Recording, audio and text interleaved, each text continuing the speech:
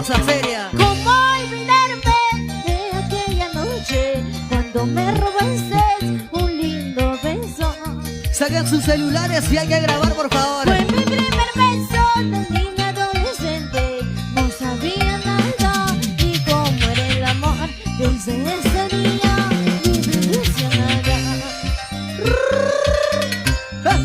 Pasaron los días, pasaron los meses, pasaron los años de tiempos felices. Sin llorar, sin llorar. Un día domingo recibí tu carta donde me decías adiós mi dulce amor, y ya te casabas con otra que no era yo. Ay, ay, ay. Dice. ¿Cómo olvidarme aquella noche? Aquel momento. Donde me robaste un lindo beso, mi amor. Una noche romántica. Y luego.